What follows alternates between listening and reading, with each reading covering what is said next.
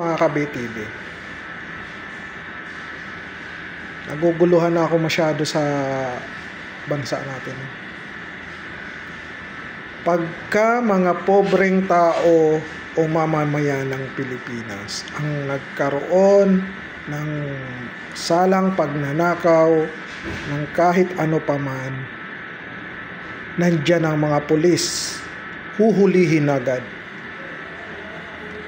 Pero pag mga mayayaman at mapepera at lalong-lalo na pag mga politikong magnanakaw, nandyan din ang mga pulis.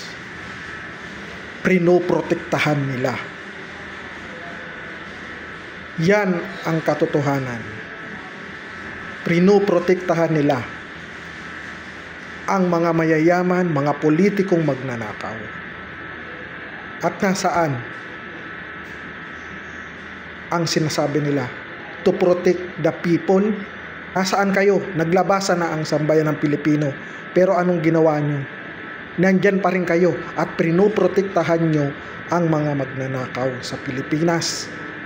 Isa kayo sa pinapasahod ng sambayan ng Pilipino. Pero asaan kayo? Sino ang pinoprotektahan nyo? Yang mga politikong magnanakaw. Mamulat ang mga mata nyo. Bagong Pilipinas talaga.